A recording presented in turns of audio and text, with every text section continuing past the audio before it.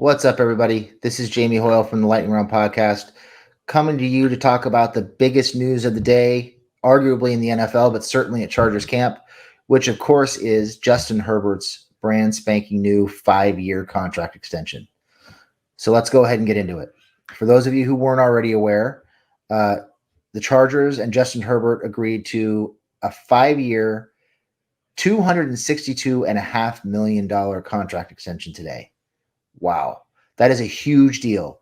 It's a big deal for the organization, an organization that a lot of people this time last year were saying weren't going to be able to afford to extend Justin Herbert, that they couldn't afford the guarantees, that they were going to have to let him walk.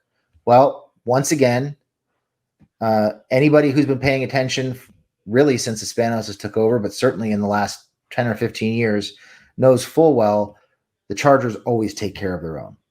Quarterback, defensive lineman, linebacker, safety, doesn't matter. If they value you, they're going to go out of their way to get you signed. They did it with Bosa. They did it with Derwin.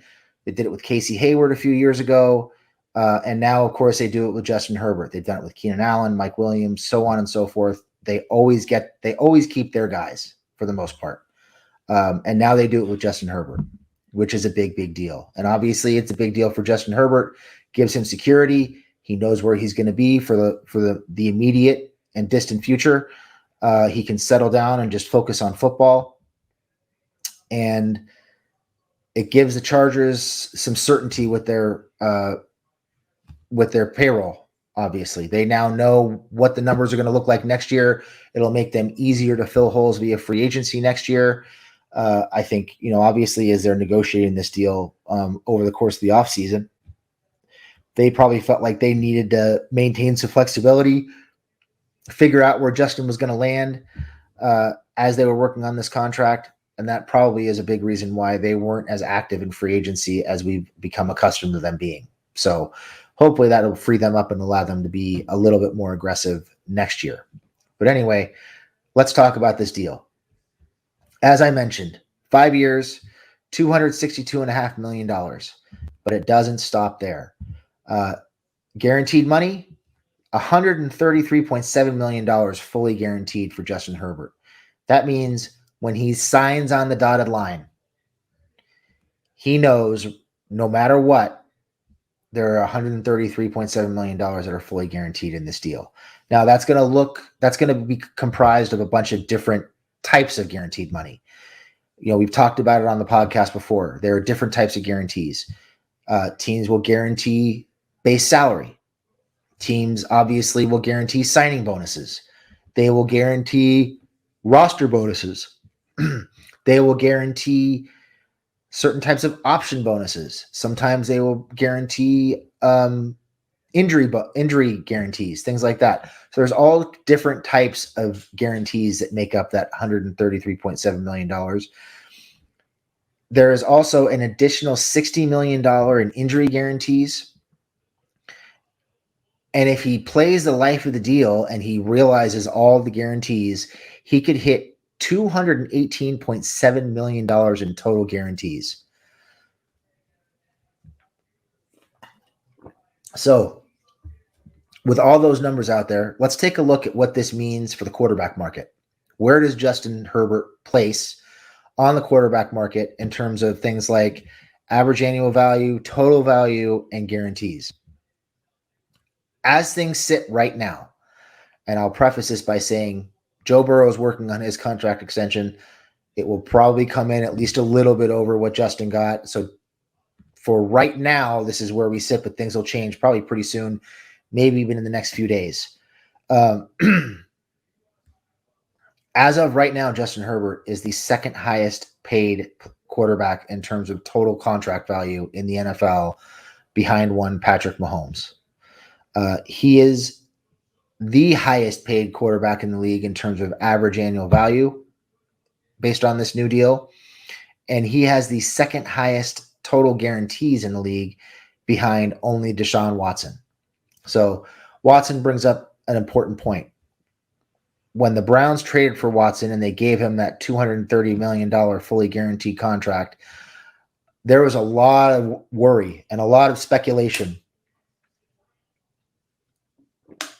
from people saying the Chargers wouldn't be able to afford Justin Herbert.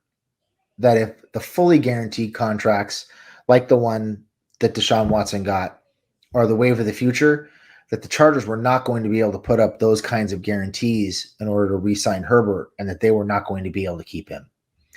Well, what we know now is, just based on looking at the way contracts have been structured over the course of the last 6 months or so, that fully guaranteed contract, that was a one-off. It was an aberration. It's not something NFL teams are going to be inclined to do moving forward. And the contract signed by Justin Herbert, Jalen Hurts, and Lamar Jackson all basically say loud and clear, we are not doing that fully guaranteed crap anymore. So that's a good thing. Chargers did not have to come out with $262.5 million in fully guaranteed money. Even for Justin Herbert, that would be insane. So I'm glad they were able to work around that aberration in the market and get something that was a little bit more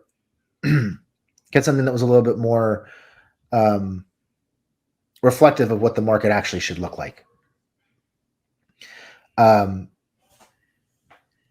So